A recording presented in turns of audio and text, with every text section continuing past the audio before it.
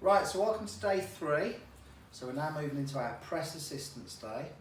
Now again, we've spent 3 blocks improving the mobility of your thoracic spine. So by now we should be noticing there's a difference in our thoracic spine mobility. We don't feel quite as stiff and round shouldered and round backed. So the first movement is both shoulder mobility and thoracic spine mobility. These are your shoulder dislocations. Now there's numerous pieces of research and there's numerous people on social media saying that they're not specific and they don't work this. But personally, from my own experience, I find that before I do any overhead pressing, I find this is a really nice way to open up and mobilise your shoulder joints. Now I'm using a resistance band. You can use a dowel, you can use a light bar. I don't think an Olympic bar would probably be fit for purpose, but we're going to use this to basically work through and open up our shoulders. So rib cage down, so we're braced, and then we're going to start working through those shoulders. Now this isn't about bringing the shoulders all the way back down and actually taking them from the front all the way to the back. I just want you to work through the mid to mid range of that movement. So aiming for the bra strap region in the middle of your thoracic spine, because let's face it, not many people's shoulders go all the way down to that position, not many strongman's shoulders go into that position, not many powerlifters' shoulders go into that position. So here, this is a range of movement we don't really need access to. Whereas here, particularly for our press assistance, this is the range of movement we need to clear out, get rid of all the tight bits in the joint capsule, and start to think about preparing yourself for some overhead and some incline pressing. Right, so this is piece number 2. Now this might be an optional extra. So if you are really struggling getting your arm back into external rotation, so I'll show you this before, that's my end range of movement, doesn't go any further than that. And that's limiting your ability to press overhead. You know, you're not feeling the work into your delts, you're feeling like on the back of the shoulder. This might be one of the movements that you introduce into your block 4 movement prep. Now, I have created a little trigger point. So this is a lacrosse ball. That's a wrist strap. This is an Olympic bar. I've strapped the lacrosse ball to the Olympic bar. This is going to go into my armpit and it's going to trigger point or release a muscle called subscapularis. Subscapularis is the only one of your rotator cuff that does internal rotation. If you are one of those people that's in constant internal rotation, the subscapularis gets short. When you're trying to go into external rotation, because that muscle is short, it won't allow you to get into those positions.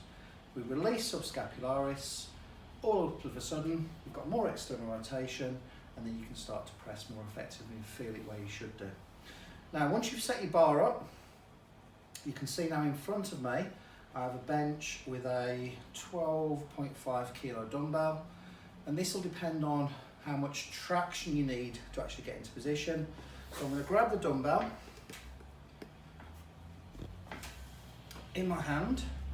I'm going to take the lacrosse ball into my armpit. I'm going to let the weight of the dumbbell pull my arm onto the lacrosse ball, and I'm going to swing side to side. You can see my face, it's pretty disgusting, this stretch is, or this mobilisation is. So we're going to camp out here for about 30 seconds.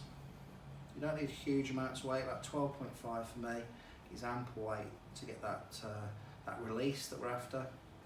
So swinging side to side, you can go forwards and backwards, you can kind of move the dumbbell or the kettlebell wherever you feel like you need to. 30 seconds elapses, get rid of the dumbbell, and then we go back into external rotation. You can see I've now got another probably 10 or 15 degrees of external rotation from where I was before, which was about there. So now I've got access to that range of movements. And again, when I'm overhead, you're going to find that's going to give you the ability to be able to keep the hands or the bar directly over the top of your shoulders. That's piece number 2.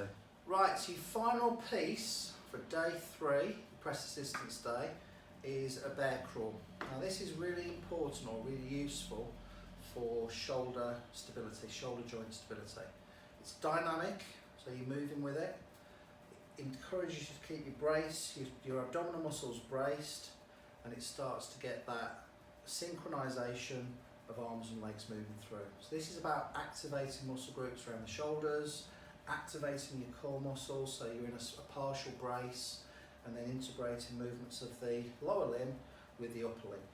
Now into a position like so, what we're going to do is as we bring one arm forwards, we're going to bring the other leg forward. So essentially we're moving like a bear would crawl.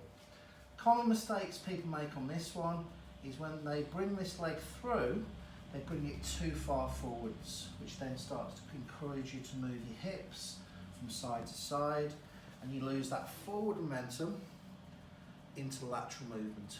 So it's straight line, you can go forwards and backwards.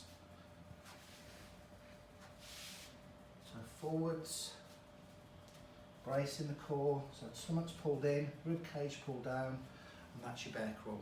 Now on this one, if you've got a distance, if you've got like a prowler strip in your gym, I want you to do, up and down the prowler strip a couple of times. If not, find a clean area in the gym or clean space in the area that you're working in, and try and aim for about 5 or 6 crawls forwards, 5 or 6 crawls back, take a break and do 2 sets of that.